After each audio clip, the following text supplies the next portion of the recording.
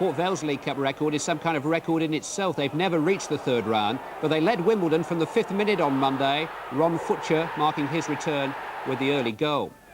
But Wimbledon imposed themselves on the tie with two typically direct and high-altitude goals, Carlton Fairweather the first, and then midway through the second half, the ball out wide on the launching pad, Dennis Wise in the air where John Fashanu likes it, and that's wide. Manchester City will be sick of the sight of Brentford and Gary Blissett. He set up Terry Evans for the opener on 14 minutes. Blissett, remember, put City out of the FA Cup with 2 goals last season. He got another following up his own rebound 5 minutes from time. But David Oldfield spared the blushes in the last minute. And at 2-1, Manchester City won't be too unhappy. Another giant wounding at Blundell Park, where Grimsby set about Coventry City. Dave Gilbert's volley, the first dagger. Tommy Watson made it 2-0 in the second half.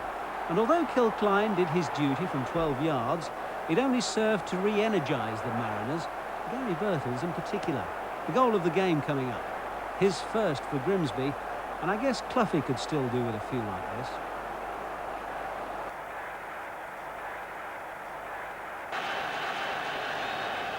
.40 this week, England goalkeeper Peter Shilton, probably aged another 10 years as 4th Division Cambridge embarrassed Derby County. Phil Chappell here, guiding the first goal past him.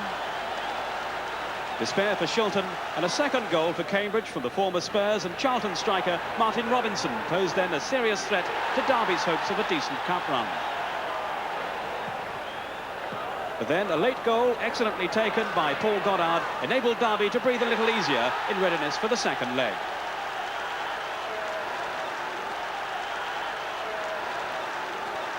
Leyton Orient had some early pressure, but in their first attack of note, Everton got Stuart McCall in to shoot, and showing a real goal scorer's appetite, Mike Newell in to score, his 5th in 7 matches. Newell, who hit the woodwork too, set up the second goal himself early in the second half. He can run strongly, he can run cleverly. Pat Nevin's inch-perfect pass, and Kevin Schutte knew no more about that finish than he's been given credit for. With 4 minutes gone at Anfield, another Crystal Palace looked odds-on. A Glenn Hussein header might yet become one of football's favourite clichés. It put Liverpool ahead, but instead of the avalanche, Wigan equalised. Brian Griffiths firing past the wall, and Bruce Grobbelaar to stun the Kop and the Wigan fans, and probably himself. Remember, this is the team still looking for a win in the 3rd Division this season, and they went ahead. Dave Thompson with a Dalglish-like turn and finish, 2-1. What a story this could be. For a moment, it was Liverpool who wobbled until Ian Rush found his scoring touch. Steve Nicol setting up the first, delightfully finished with a turn and the left foot. Wigan beginning to look a little tired. The killer goal a minute later, Nicol again, providing Rush with the opportunity. 3-2, the Wigan resolve had by now gone. Jan Molby deputising for Steve McMahon sent Peter Beardsley darting through. Clinical finish coming up, 79 minutes, 4-2. And Liverpool really wrapped it up at a canter. Staunton fighting John Barnes. What a game, what a shock. Ian Muir's renowned goal power on show at Portman Road. 3rd Division Tranmere sending 2nd Division Ipswich to a 1-0 home defeat. Muir, unmarked, his 5th goal of the season. The predatory finishing of Reading's Trevor Senior has placed Newcastle's Littlewoods Cup future in doubt. This the first of his 2 goals at Elm Park. Newcastle were briefly back in contention when John Gallagher scored midway through the second half. But then a late flourish restored Reading's command. First, a goal from Scott Taylor. And then in the last minute, from Michael Gilks's cross, another goal for Trevor Senior to give Reading every chance now of reaching the next round.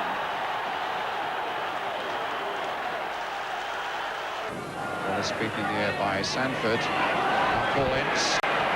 Long-range shot. Well, a terrific goal there by Paul Ince, his first for Manchester United, and what a spectacular way to get off the mark. Occasionally had their moments of pressure, Portsmouth, but their scoring rate is poor this season. They hit the back of the net only 5 times in 8 games. That's been their real problem.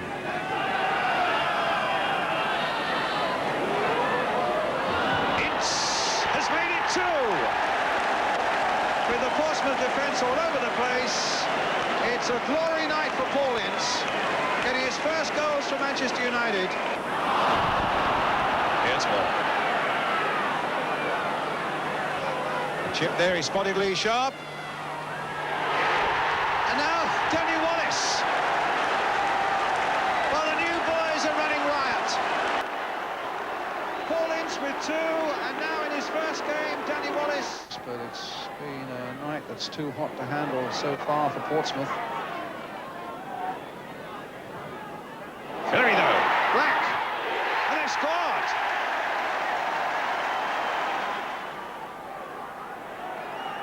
Well, Cool is a great striker of the ball, the number 8. He might also look for a dip. Indeed it is. He scored!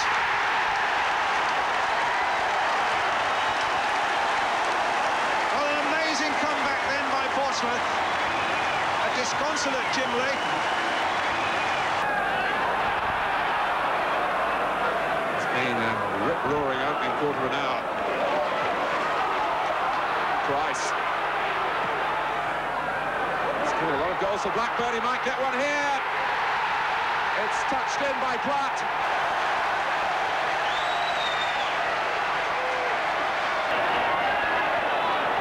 Trying to slip Callaghan. Well, Venus can supply the cross. Oh, and Much has got it.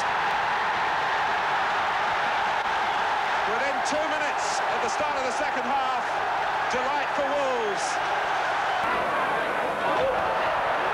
Now Platt putting the labouring to stay with him this time.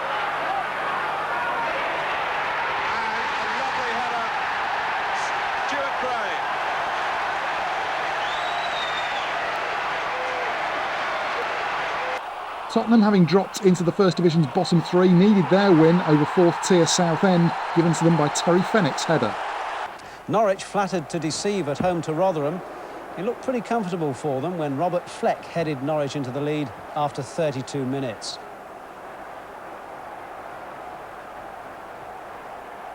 But they draw too many games at home for their own comfort, and Bobby Williamson gave the Third Division side a thoroughly well-deserved draw. Norwich will have to rely on away form again.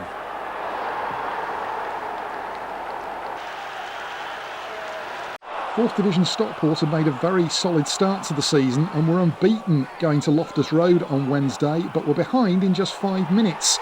Nigel Spackman scored only once last season. His goals are clearly more about quality than quantity. Rangers hadn't won since the season's opening day, but when you're trying to catch a break, sometimes the key is persistence. Colin Clark driving in from close range, despite the best efforts of Barry Siddle in the Stockport goal.